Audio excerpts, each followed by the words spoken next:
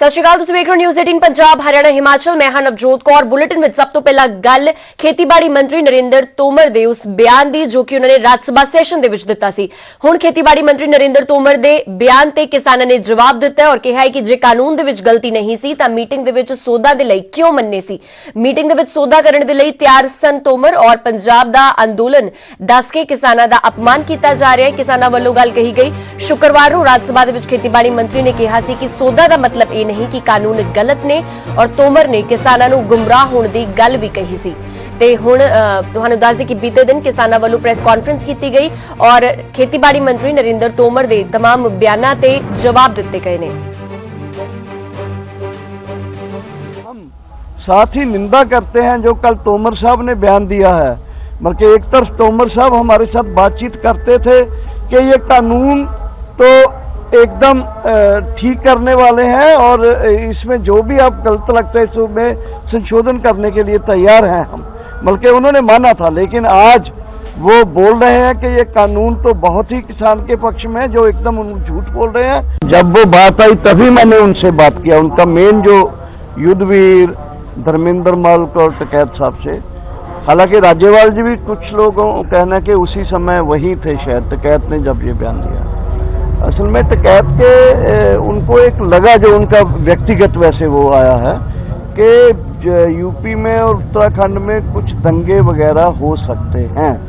This was in बल्कि उनके mind में ये कहीं से इनपुट हुआ और जैसे ही इनपुट हुआ प्रेस वाले आए तो उन्होंने इस तरह का स्टेटमेंट दे दिया, जो मुझे लगता है कि और लोगों से बात करके देते तो अच्छा था। जो बाद में हमारे साथ बात करके उन्होंने कुछ उसका फॉर्म चेंज किया है, बल्कि उसको अगर वो उनको लगता था कि कुछ ऐसा बात हो सकता है तो बढ़िया था। जो बात करने के बाद वो प्रोटेस्ट होंगे या ज्ञापन दिए जाएंगे, अगर वो थोड़ा ज्वाइंटली हो जाता तो अच्छा था। लेकिन उनका फिर बाद में कि हमारा संयुक्त किसान मोर्चे का ही ये ऐलान है और हम जैसे कि कुछ लोगों को मन में लगा शायद संयुक्त किसान मोर्चे में कुछ वो आ गया है, लेकिन ये बात नहीं है। वो एज इट इज है।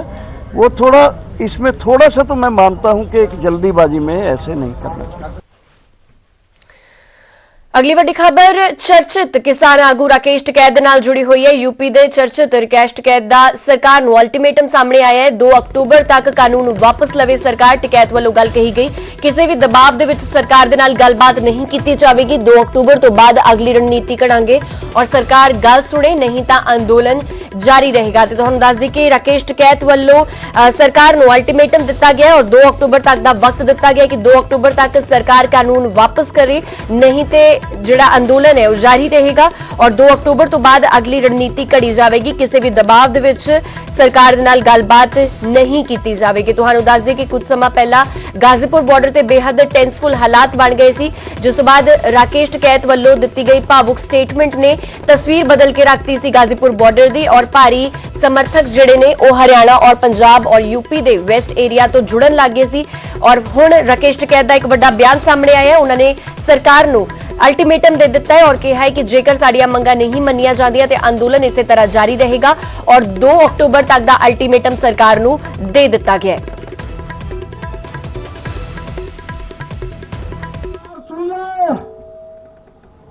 नहीं तो अगला आंदोलन ये होगा कि जिस घर में से फौज में पुलिस में हो गए उसका परिवार यहां रहेगा और उसकी तस्वीर लेकर उसका बाप यहां पर बैठेगा। ये कान खोल कर सुन ले सरकार, या तो बिलवापसी ले एमएसपी पे कानून बना दे, नहीं तो काम हमारे पास में भी है। आंदोलन जारी रहेगा और हम देश में यात्रा करेंगे। हम निकलेंगे देश की यात्राओं की तरफ। पूरे देश में आंदोलन होगा, नॉन पॉलिटिकल आंदोलन होगा पूरे देश में। और आह्वान ये भी होगा कि अपने बच्चे की तस्वीर जो आंदोलन में उसका परिवार का आदमी होगा वो लेकर आएगा। किस दिन लेकर आए वो भी बता देंगे। फिर ना कहिए कि किस तरह का आंदोलन है। और जो पॉलिटिकल पार्टी जो उद्योगपति है ना, वे भी दिखाओ करके बच्चे कौन पुलिस फोर्स में है। तिरंगे को हम मानते हैं, हमारे बच्चों की शहादत तिरंगे में होती है। गांव में तिरंगे में लिपट कर आता है। तिरंगे का अपमान सहन नहीं होगा। ਉਧਰ ਖੇਤੀ ਕਾਨੂੰਨਾਂ ਦੇ ਖਿਲਾਫ ਕਿਸਾਨਾਂ ਵੱਲੋਂ ਚੱਕਾ ਜਾਮ ਦਾ ਦੇਸ਼ ਭਰ ਦੇ ਵਿੱਚ ਰਲਿਆ ਮਿਲਿਆ ਅਸਰ ਦੇਖਣ ਨੂੰ ਮਿਲਿਆ, ਪਰ ਪੰਜਾਬ ਤੇ ਹਰਿਆਣਾ ਦੇ ਵਿੱਚ ਪੂਰੀ ਤਰ੍ਹਾਂ ਰਫ਼ਤਾਰ ਤੇ ਬ੍ਰੇਕ ਲੱਗੀ ਰਹੀ। ਦੇਖੋ ਰਿਪੋਰਟ।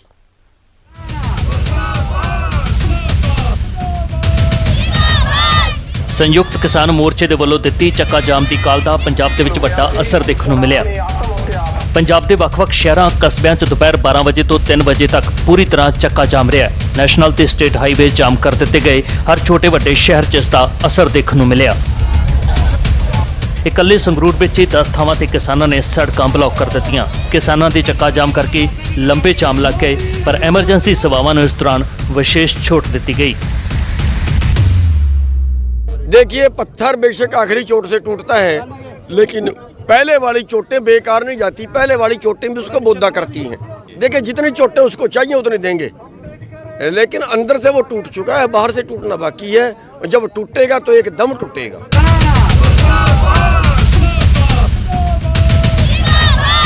ਪੰਜਾਬ ਦੀ ਤਰ੍ਹਾਂ ਹਰਿਆਣਾ 'ਚ ਵੀ ਕਿਸਾਨਾਂ ਦੇ ਚੱਕਾ ਜਾਮ ਦਾ ਵੱਡਾ ਅਸਰ ਦੇਖਣ ਨੂੰ ਮਿਲਿਆ। 10 ਤਸਵੀਰਾਂ ਤੁਹਾਡੀ ਸਕਰੀਨ ਤੇ ਨੇ। ਗੁਰੂਗ੍ਰਾਮ, ਕਰਨਾਲ, ਰੋਹਤਕ, ਪਾਣੀਪਤ, ਬਹਾਦਰਗੜ੍ਹ, ਜੀਂਦ, ਪੰਚਕੂਲਾ ਯਾਨੀ ਹਰਿਆਣਾ ਦੇ ਹਰ ਕੋਨੇ ਦੇ ਵਿੱਚ ਕਿਸਾਨਾਂ ਨੇ 3 ਘੰਟੇ ਲਈ ਸੜਕਾਂ ਜਾਮ ਕਰਕੇ ਰੱਖੀਆਂ।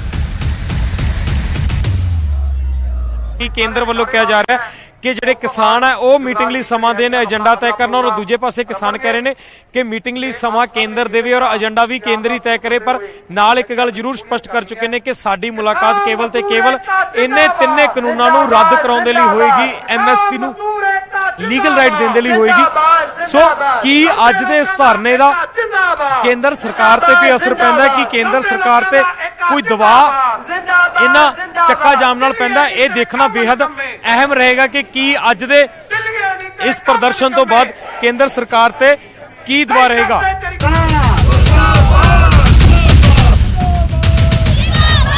26 ਜਨਵਰੀ ਦੀ ਹਿੰਸਾ ਦੇ ਬਾਅਦ ਇਹ ਕਿਸਾਨਾਂ ਦਾ ਪਹਿਲਾ ਵੱਡਾ ਪ੍ਰੋਗਰਾਮ ਸੀ, ਜਿਸ ਵਿੱਚ ਹਜ਼ਾਰਾਂ ਦੀ ਗਿਣਤੀ ਵਿੱਚ ਕਿਸਾਨ ਸੜਕਾਂ ਤੇ ਉਤਰੇ, ਪਰ ਇਹ ਪ੍ਰਦਰਸ਼ਨ ਪੂਰੀ ਤਰ੍ਹਾਂ ਸ਼ਾਂਤਮਈ ਰਿਹਾ। Bureau report, news 18। ਤੇ ਬੀਤੇ ਦਿਨ ਚੱਕਾ ਜਾਮ ਦਾ ਐਕਸ਼ਨ ਪਲਾਨ ਕਿਸਾਨ ਆਗੂਆਂ ਵੱਲੋਂ ਵਿੱਢਿਆ ਗਿਆ ਸੀ, ਜਿਸ ਦੇ ਵਿੱਚ ਦਿੱਲੀ, ਐਨਸੀਆਰ, ਯੂਪੀ ਔਰ ਉੱਤਰਾਖੰਡ ਨੂੰ ਛੱਡ ਕੇ ਬਾਕੀ ਪੂਰੇ ਦੇਸ਼ ਦੇ ਵਿੱਚ ਮੁਕੰਮਲ ਚੱਕਾ ਜਾਮ ਕਰਨ ਦੀ ਯੋਜਨਾ ਘੜੀ ਗਈ ਸੀ। ਤੇ ਚੱਕਾ ਜਾਮ ਦੀ ਪਲਾਨਿੰਗ ਤੇ ਫਿਲਹਾਲ ਮਤਭੇਦ ਸਾਹਮਣੇ ਆਇਆ। ਰਾਕੇਸ਼ ਟਕੈਤ ਤੇ ਸੰਯੁਕਤ ਕਿਸਾਨ ਮੋਰਚੇ ਦਾ ਬਿਆਨ ਸਾਹਮਣੇ ਆਇਆ। ਜਥੇਬੰਦੀਆਂ ਦੇ ਵਿੱਚ ਕੋਈ ਮਤਭੇਦ ਨਹੀਂ ਹੈ। ਡਾਕਟਰ ਦਰਸ਼ਨਪਾਲ ਵੱਲੋਂ ਇਹ ਗੱਲ ਕਹੀ ਗਈ, ਚੰਗਾ ਹੁੰਦਾ ਜੇ ਰਾਕੇਸ਼ ਟਕੈਤ ਪਹਿਲਾਂ ਸਾਡੇ ਨਾਲ ਚਰਚਾ ਕਰਦੇ, ਔਰ ਟਕੈਤ ਨੂੰ ਯੂਪੀ ਦੇ ਵਿੱਚ ਹਿੰਸਾ ਦਾ ਖਦਸ਼ਾ ਸੀ, ਇਸ ਕਰਕੇ ਯੂਪੀ ਦੇ ਵਿੱਚ ਚੱਕਾ ਜਾਮ ਨਹੀਂ ਕੀਤਾ ਗਿਆ। ਯੂਪੀ ਉੱਤਰਾਖੰਡ ਦੇ ਵਿੱਚ ਚੱਕਾ ਜਾਮ ਨਾ ਹੋਣ ਦੇ ਸਵਾਲ ਤੇ ਵੀ ਟਕੈਤ ਵੱਲੋਂ ਜਵਾਬ ਦਿੱਤਾ ਗਿਆ ਕਿ ਟਕੈਤ ਨੇ ਗੰਨੇ ਦੀ ਕਟਾਈ ਦਾ ਹਵਾਲਾ ਦਾ ਐਲਾਨ ਕੀਤਾ ਸੀਗਾ। ਤੁਹਾਨੂੰ ਦੱਸ ਦਈਏ ਕਿ ਬੀਤੇ ਦਿਨ ਰਾਕੇਸ਼ ਟਕੈਤ ਵੱਲੋਂ ਇੱਕ ਸਟੇਟਮੈਂਟ ਵੀ ਸਾਹਮਣੇ ਆਈ ਸੀ, ਕਿਉਂਕਿ ਇਸ ਵੇਲੇ ਯੂਪੀ ਔਰ ਉੱਤਰਾਖੰਡ ਦੇ ਵਿੱਚ ਗੰਨੇ ਦੀ ਕਟਾਈ ਚੱਲ ਰਹੀ ਹੈ, ਜਿਸ ਨੂੰ ਲੈ ਕੇ ਯੂਪੀ ਔਰ ਉੱਤਰਾਖੰਡ ਦੇ ਵਿੱਚ ਚੱਕਾ ਜਾਮ ਨਹੀਂ ਕੀਤਾ ਜਾਵੇਗਾ। ਇਹ ਰਾਕੇਸ਼ ਟਕੈਤ ਵੱਲੋਂ ਕੀਤਾ ਗਿਆ ਸੀ। ਹਾਲਾਂਕਿ ਜਦੋਂ ਚੱਕਾ ਜਾਮ ਦੇ ਮਤਭੇਦ ਦੇ ਉੱਤੇ ਸਵਾਲ ਪੁੱਛੇ ਗਏ ਤਾਂ ਡਾਕਟਰ ਦਰਸ਼ਨਪਾਲ ਨੇ ਕਿਹਾ ਕਿ ਜਥੇਬੰਦੀਆਂ ਦੇ ਵਿੱਚ ਕੋਈ ਮਤਭੇਦ ਨਹੀਂ ਹੈ, ਔਰ ਚੰਗਾ ਹੁੰਦਾ ਜੇ ਰਾਕੇਸ਼ ਟਕੈਤ ਪਹਿਲਾਂ ਸਾਡੇ ਨਾਲ ਚਰਚਾ ਕਰਦੇ। ਟਕੈਤ ਨੂੰ ਯੂਪੀ ਦੇ ਵਿੱਚ ਹਿੰਸਾ ਦਾ ਖਦਸ਼ਾ ਸੀ, ਜਿਸ ਨੂੰ ਲੈ ਕੇ यूपी और उत्तराखंड में चक्का जाम नहीं किया गया। बात किया उनका मेन जो युद्धवीर धर्मेंद्र माल्क और टकैत साहब से, हालांकि राज्यपाल जी भी कुछ लोगों को कहना कि उसी समय वही थे शायद टकैत ने जब ये बयान दिया। असल में टकैत के उनको एक लगा, जो उनका व्यक्तिगत वैसे वो आया है कि यूपी में और उत्तराखंड में कुछ दंगे वगैरह हो सकते हैं। दिस वाज इन बल्कि उनके माइंड में ये कहीं से इनपुट हुआ, और जैसे ही इनपुट हुआ और प्रेस वाले आए तो उन्होंने इस तरह का स्टेटमेंट दे दिया, जो मुझे लगता है कि और लोगों से बात करके देते तो अच्छा था। जो बाद में हमारे साथ बात करके उन्होंने कुछ उसका फॉर्म चेंज किया है, बल्कि उसको अगर वो उनको लगता था कि कुछ ऐसा बात हो सकता है तो बढ़िया था। जो बात करने के बाद वो प्रोटेस्ट होंगे या ज्ञापन दिए जाएंगे, अगर वो थोड़ा ज्वाइंटली हो जाता तो अच्छा था। लेकिन उनका फिर बाद में कि हमारा संयुक्त किसान मोर्चे का ही ये ऐलान है, और हम जैसे कि कुछ लोगों को मन में लगा शायद संयुक्त किसान मोर्चे में कुछ वो आ गया है, लेकिन ये बात नहीं है। वो एज इट इज है। वो थोड़ा इसमें थोड़ा सा तो मैं मानता हूँ कि एक जल्दीबाजी में ऐसे नहीं करना चाहिए। देखिए, ऐलान तो सारे देश का था, लेकिन राकेश टिकैत कह रहे थे कि यूपी और उत्तराखंड के अंदर जाम नहीं होगा, ऐसा क्यों? वही तो बता रहा हूँ ना कि प्रोग्राम तो सारे देश का था, लेकिन यूपी का और उत्तराखंड का कल शाम के टाइम टिकैत जी ने कैंसिल किया है। वो क्यों किया है ये मेरे को भी समझ नहीं आया, और उसके बाद कोई उनसे बात भी नहीं हो पाई, लेकिन कोई ना कोई कारण उसके पीछे होगा, वो जाने। लेकिन वहाँ का उन्होंने कैंसिल किया है और उसके बारे मेरे को जानकारी है नहीं कि क्यों किया है। ਉਧਰ ਖੇਤੀ ਕਾਨੂੰਨਾਂ ਨੂੰ ਲੈ ਕੇ ਸਿਆਸਤ ਉਬਾਲੇ ਮਾਰ ਰਹੀ ਹੈ। ਇੱਕ ਪਾਸੇ ਖੇਤੀਬਾੜੀ ਮੰਤਰੀ ਨਰਿੰਦਰ ਤੋਮਰ ਖੇਤੀ ਕਾਨੂੰਨਾਂ ਨੂੰ ਕਿਸਾਨਾਂ ਦੇ ਹਿੱਤ ਦੇ ਵਿੱਚ ਦੱਸ ਰਹੇ ਨੇ, ਤਾਂ ਉਧਰ ਸੁਖਬੀਰ ਬਾਦਲ ਨੇ ਪੁੱਛਿਆ ਹੈ ਕਿ ਕਿਸ ਕਾਨੂੰਨਾਂ ਦੇ ਸਮਰਥਨ ਦੇ ਵਿੱਚ ਕੋਈ ਇੱਕ ਜਥੇਬੰਦੀ ਹੀ ਦੱਸ ਦਿਓ।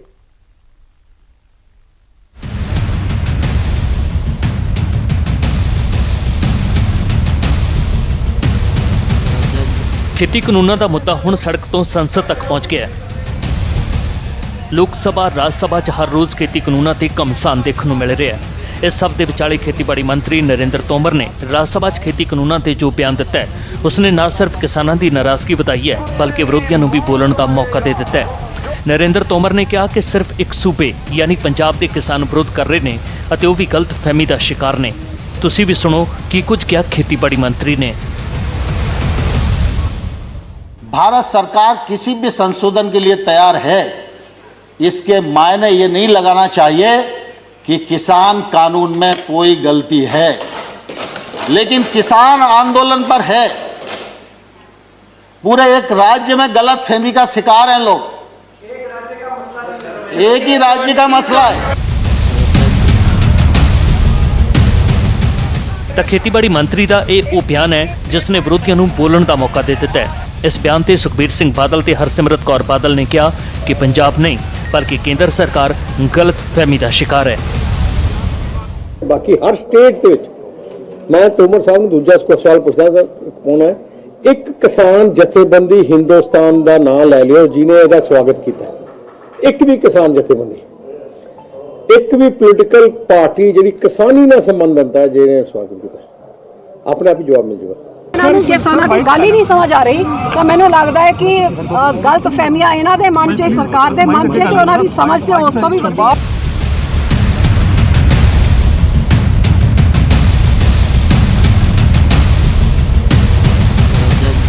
ਜ਼ਿਕਰੇ ਖਾਸ ਹੈ ਕਿ ਖੇਤੀ ਕਾਨੂੰਨਾਂ ਤੇ ਜਿੱਥੇ ਸਿਆਸਤ ਪੱਖੀ ਹੋਈ ਹੈ, ਉੱਥੇ ਕਿਸਾਨਾਂ ਦਾ ਅੰਦੋਲਨ ਲਗਾਤਾਰ ਜਾਰੀ ਹੈ। ਦਿੱਲੀ ਦੇ ਬਾਰਡਰਾਂ ਤੇ ਵੱਖ-ਵੱਖ ਸੂਬਿਆਂ ਦੇ ਕਿਸਾਨ ਡਟੇ ਹੋਏ ਨੇ, ਪਰ ਖੇਤੀਬਾੜੀ ਮੰਤਰੀ ਦਾ ਅੰਦੋਲਨ 'ਚ ਸ਼ਾਮਲ ਕਿਸਾਨਾਂ ਨੂੰ ਸਿਰਫ ਇੱਕ ਸੂਬੇ ਦੇ ਕਿਸਾਨ ਦੱਸਣਾ ਅਤੇ ਗਲਤਫਹਿਮੀ ਦਾ ਸ਼ਿਕਾਰ ਕਰਾਰ ਦੇਣਾ ਸਰਕਾਰ ਤੇ ਕਿਸਾਨਾਂ ਦੇ ਵਿਚਾਲੇ ਹੋਰ ਖਟਾਸ ਪੈਦਾ ਕਰਨ ਵਾਲਾ ਬਿਆਨ ਹੈ। Bureau report, news 18। ਉਧਰ ਰਾਜ ਸਭਾ ਦੇ ਵਿੱਚ ਖੇਤੀਬਾੜੀ ਮੰਤਰੀ ਨੇ ਪੰਜਾਬ ਦੇ ਫਾਰਮਿੰਗ ਐਕਟ ਨੂੰ ਕਿਸਾਨ ਵਿਰੋਧੀ ਦੱਸਿਆ। ਇਸ ਨੂੰ ਲੈ ਕੇ ਸਿਆਸਤ ਵੀ ਪੱਖੀ ਹੋਈ ਹੈ। ਆਮ ਆਦਮੀ ਪਾਰਟੀ ਨੇ ਇਸ ਕਾਨੂੰਨ ਨੂੰ ਲੈ ਕੇ ਅਕਾਲੀ ਦਲ ਤੇ ਕਾਂਗਰਸ ਦੋਹਾਂ ਨੂੰ ਘੇਰਿਆ। 2013 ਦੇ ਵਿੱਚ ਹੀ ਪੰਜਾਬ ਦੀ ਉਸ ਸਮੇਂ ਦੀ ਸਰਕਾਰ, ਅਕਾਲੀ ਦਲ ਬੀਜੇਪੀ ਦੀ ਸਰਕਾਰ ਨੇ ਜਿਹੜਾ ਐਕਟ ਪਾਸ ਕੀਤਾ ਸੀਗਾ, ਔਰ ਅੱਗੇ ਫਰਦਰ ਕੀ ਹੈ ਇਹਦੇ ਵਿੱਚ, ਇਹ ਜਿਹੜੀ ਸਜ਼ਾ ਕੀ ਇਹ ਵੱਧ ਸਕਦੀ ਹੈਗੀ। ਹਰ ਰੋਜ਼ ਜੇਕਰ ਉਹ ਜਿਹੜੀ ਉਹਦੀ ਅਵਗਿਆ ਲਗਾਤਾਰ ਕਰਦਾ ਰਹਿੰਦਾ ਕਿਸਾਨ, ਜਾਂ ਉਹ ਤੋਂ ਕੋਈ ਗਲਤੀ ਹੋ ਜਾਂਦੀ ਹੈ ਕਿਸਾਨ ਤੋਂ, ਤਾਂ ਲਗਾਤਾਰ ਜਿਹੜੀ ਸਜ਼ਾ ਕੀ ਉਹ ਹਰ ਰੋਜ਼ 100 ਰੁਪਇਆ ਜੁਰਮਾਨਾ ਜਿਹੜਾ ਹੈਗਾ ਵੱਧਦਾ ਜਾਊਗਾ। ਯਾਨੀ ਇਹ ਕੰਡੇ ਜਿਹੜੇ ਹੈਗੇ ਨੇ ਕਿ ਇਹਨਾਂ ਬਿੱਲਾਂ ਦੇ ਅਕਾਲੀ ਦਲ ਬੀਜੇਪੀ ਦੀ ਸਾਂਝੀ ਸਰਕਾਰ ਨੇ 2013 ਚ ਜਿਹੜੇ ਹੈਗੇ ਨੇ ਬੀਜ ਦਿੱਤੇ ਸੀਗੇ। 2017 ਦੇ ਵਿੱਚ ਜਦੋਂ ਕੈਪਟਨ ਸਾਹਿਬ ਦੀ ਸਰਕਾਰ ਪੰਜਾਬ ਵਿੱਚ ਆਈ, ਉਹਨਾਂ ਨੇ ਆਉਣ ਸਾਰ ਜਿਹੜਾ ਹੈਗਾ ਉਹਨਾਂ ਨੇ ਵੀ 2017 ਦੇ ਵਿੱਚ ਜਿਹੜਾ ਹੈਗਾ APMC ਐਕਟ, ਤੁਹਾਨੂੰ ਸਭ ਨੂੰ ਪਤਾ ਹੈਗਾ ਕਿ ਫਲਾਂ, ਫੁੱਲਾਂ, ਸਬਜ਼ੀਆਂ ਦੇ ਸੰਬੰਧ ਦੇ ਵਿੱਚ ਪੰਜਾਬ ਦੀ ਵਿਧਾਨ ਸਭਾ 'ਚ ਪਾਸ ਕੀਤਾ ਸੀਗਾ। ਉਸ ਸਮੇਂ ਵੀ ਆਮ ਆਦਮੀ ਪਾਰਟੀ ਨੇ ਜਿਹੜਾ ਦਾ ਵਿਰੋਧ ਕੀਤਾ ਸੀ, ਉਸ ਸਮੇਂ ਅਸੀਂ ਬਾਕਆਊਟ ਕੀਤਾ ਸੀਗਾ, ਔਰ ਆਪਣਾ ਜਿਹੜਾ ਵਿਰੋਧ ਆ ਸਮੁੱਚੀ ਪਾਰਟੀ ਨੇ ਪੰਜਾਬ ਦੀ ਵਿਧਾਨ ਸਭਾ 'ਚ ਜਿਹੜਾ ਹੈਗਾ ਰਜਿਸਟਰ ਕਰਵਾਇਆ ਸੀਗਾ। ਉਧਰ ਲਗਾਤਾਰ ਦਿੱਲੀ ਦੇ ਵੱਖ-ਵੱਖ ਬਾਰਡਰਾਂ ਤੇ ਕਿਸਾਨਾਂ ਦਾ ਅੰਦੋਲਨ ਜਾਰੀ ਹੈ, ਜਿਸ ਨੂੰ ਲੈ ਕੇ ਇੰਟਰਨੈਟ ਵੀ ਬੈਨ ਕਰ ਦਿੱਤਾ ਗਿਆ ਸੀ। ਹੁਣ ਸੁਪਰੀਮ ਕੋਰਟ ਇੰਟਰਨੈਟ ਬੈਨ ਕਰਨ ਦਾ ਮਾਮਲਾ ਪਹੁੰਚ ਚੁੱਕਿਆ ਹੈ। ਸੁਪਰੀਮ ਕੋਰਟ ਦੇ ਵਿੱਚ ਜਨਹਿਤ ਪਟੀਸ਼ਨ ਦਾਇਰ ਕੀਤੀ ਗਈ। ਦਿੱਲੀ ਦੇ ਬਾਰਡਰਾਂ ਤੇ ਇੰਟਰਨੈਟ ਬਹਾਲੀ ਦੀ ਮੰਗ ਕੀਤੀ ਗਈ। ਇੰਟਰਨੈਟ ਬੰਦ ਕਰਨਾ ਮੌਲਿਕ ਅਧਿਕਾਰਾਂ ਖਿਲਾਫ ਹੈ। ਪਟੀਸ਼ਨ ਦੇ ਵਿੱਚ ਦਰਜ ਕੀਤੀ ਗਈ ਤਰਕ ਦਿੱਤਾ ਗਿਆ ਔਰ ਨਵਰੀਤ ਦੀ ਮੌਤ ਦੀ ਨਿਆਇਕ ਜਾਂਚ ਦੀ ਵੀ ਮੰਗ ਕੀਤੀ ਗਈ। ਤੁਹਾਨੂੰ ਦੱਸ ਕਿ ਨਵਰੀਤ ਸਿੰਘ ਦੀ ਮੌਤ 26 ਜਨਵਰੀ ਵਾਲੇ ਦਿਨ ਹੋਈ ਸੀ ਔਰ ਕਿਹਾ ਜਾ ਰਿਹਾ ਹੈ ਕਿ ਜਦੋਂ ਦਿੱਲੀ ਦੇ ਵਿੱਚ ਹੰਗਾਮਾ ਹੋਇਆ ਤਾਂ ਉਸ ਦੌਰਾਨ ਉਸ ਦਾ ਟਰੈਕਟਰ ਅੰਦਰ ਬੈਰੀਕੇਡ ਤੇ ਚੜ ਗਿਆ ਔਰ ਪਲਟ ਗਿਆ, ਜਿਸ ਤੋਂ ਬਾਅਦ ਉਸ ਦੀ ਮੌਤ ਹੋ ਗਈ। ਫਿਲਹਾਲ ਉਸ ਦੀ ਮੌਤ ਨੂੰ ਲੈ ਕੇ ਨਿਆਇਕ ਜਾਂਚ ਦੀ ਮੰਗ ਕੀਤੀ ਗਈ ਹੈ, ਕਿਉਂਕਿ ਕੁਝ ਲੋਕਾਂ ਵੱਲੋਂ ਇਹ ਕਿਹਾ ਜਾ ਰਿਹਾ ਹੈ ਕਿ ਉਸ ਦੀ ਗੋਲੀ ਲੱਗਣ ਦੇ ਨਾਲ ਮੌਤ ਹੋਈ ਹੈ। ਇਸ ਲਈ ਉਸ ਤੇ ਪੂਰਾ ਤਸਵੀਰ ਸਾਫ਼ ਹੋ ਸਕੇ, ਇਸ ਕਰਕੇ ਨਿਆਇਕ ਜਾਂਚ ਦੀ ਮੰਗ ਵੀ ਪਟੀਸ਼ਨ ਦੇ ਵਿੱਚ ਕੀਤੀ ਗਈ ਹੈ। ਇਸ ਦੇ ਨਾਲ ਪਟੀਸ਼ਨ ਵਕੀਲ ਸਨਪ੍ਰੀਤ ਸਿੰਘ ਅਜਮਾਨੀ ਤੇ ਪੁਸ਼ਪਿੰਦਰ ਸਿੰਘ ਵੱਲੋਂ ਦਾਖਲ ਕੀਤੀ ਗਈ ਹੈ। ਉਧਰ ਗ੍ਰਹਿ ਮੰਤਰਾਲੇ ਨੇ ਇੰਟਰਨੈਟ ਤੇ ਰੋਕ ਦੀ ਮਿਆਦ ਅੱਜ ਰਾਤ 12 ਵਜੇ ਤੱਕ ਵਧਾ ਦਿੱਤੀ ਹੈ।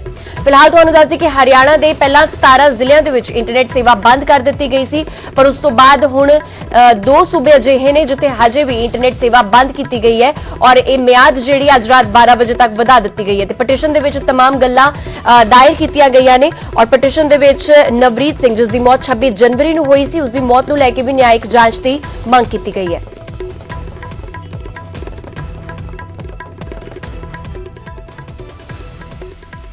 ਉਧਰ ਸਥਾਨਕ ਚੋਣਾਂ ਨੂੰ ਲੈ ਕੇ ਇਸ ਵੇਲੇ ਸੂਬੇ ਦੀ ਸਿਆਸਤ ਪੱਕੀ ਹੋਈ ਹੈ ਤੇ ਇਲਜ਼ਾਮਬਾਜ਼ੀਆਂ ਦਾ ਦੌਰ ਵੀ ਸਿਖਰਾਂ ਤੇ ਹੈ। ਅਕਾਲੀ ਦਲ ਨੇ ਸਥਾਨਕ ਕਾਂਗਰਸ ਖਿਲਾਫ ਮੋਰਚਾ ਖੋਲ ਦਿੱਤਾ ਹੈ ਤੇ ਚੋਣਾਂ ਦੇ ਵਿੱਚ ਧੱਕੇਸ਼ਾਹੀ ਕਰਨ ਦੇ ਇਲਜ਼ਾਮ ਲਗਾਏ ਨੇ।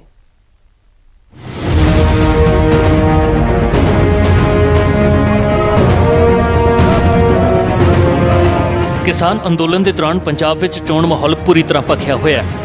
ਚੋਣਾਂ ਭਾਵੇਂ ਸਥਾਨਕ ਸਰਕਾਰਾਂ ਲਈ ਨੇ, ਪਰ ਇਹਨਾਂ ਚੋਣਾਂ ਨੂੰ 2022 ਦੇ ਸੈਮੀਫਾਈਨਲ ਵਜੋਂ ਦੇਖਿਆ ਜਾ ਰਿਹਾ ਹੈ। ਇਸ ਲਈ ਹਰ ਸਿਆਸੀ ਪਾਰਟੀ ਨਿਗਮ ਚੋਣਾਂ ਨੂੰ ਲੈ ਕੇ ਅੱਟੀ ਝੋਟੀ ਦਾ ਜ਼ੋਰ ਲਾ ਰਹੀ ਹੈ। ਚੋਣ ਪ੍ਰਚਾਰ ਦੀ ਜ਼ੋਰ ਅਜਮਾਇਸ਼ ਦੇ ਨਾਲ-ਨਾਲ ਸਿਆਸੀ ਇਲਜ਼ਾਮਬਾਜ਼ੀਆਂ ਦਾ ਦੌਰ ਵੀ ਹਮੇਸ਼ਾ ਵਾਂਗ ਸਿਖਰ ਤੇ ਹੈ। ਖਾਸ ਕਰਕੇ ਅਕਾਲੀ ਦਲ ਤੇ ਕਾਂਗਰਸ ਆਮੋ ਸਾਹਮਣੇ ਖੜੇ ਨੇ। ਅਕਾਲੀ ਦਲ ਵੱਲੋਂ ਇੱਕ ਵਾਰ ਫਿਰ ਤੋਂ ਨਿਗਮ ਚੋਣਾਂ ਦੇ ਵਿੱਚ ਕੈਪਟਨ ਸਰਕਾਰ ਤੇ ਧੱਕੇਸ਼ਾਹੀ ਦੇ ਇਲਜ਼ਾਮ ਲਾਏ ਜਾ ਰਹੇ ਨੇ। ਅਕਾਲੀ ਦਲ ਦੇ ਪ੍ਰਧਾਨ ਸੁਖਬੀਰ ਬਾਦਲ ਨੇ ਇਲਜ਼ਾਮ ਲਾਇਆ ਕਿ ਕਾਂਗਰਸ ਸ਼ਰੇਆਮ ਇਹਨਾਂ ਚੋਣਾਂ ਦੇ ਵਿੱਚ ਧੱਕਾ ਕਰ ਰਹੀ ਹੈ। ਖਾਸ ਕਰਕੇ ਅਕਾਲੀ ਦਲ ਦੇ ਉਮੀਦਵਾਰਾਂ ਨੂੰ ਤਾਂ ਕਾਗਜ਼ ਤੱਕ ਨਹੀਂ ਭਰਨ ਦਿੱਤੇ ਜਾ ਰਹੇ।